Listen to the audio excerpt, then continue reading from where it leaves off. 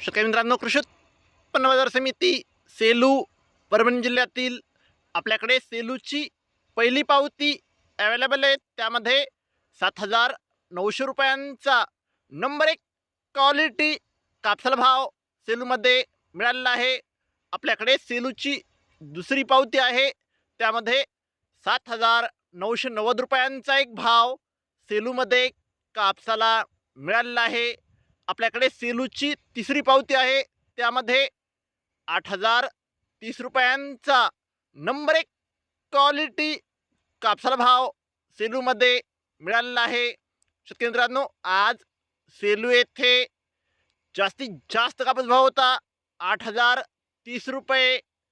सरासरी कापूस भाव होता 7,930 रुपये. कमीत कमी कापूस भाव होता 6,500 रुपये.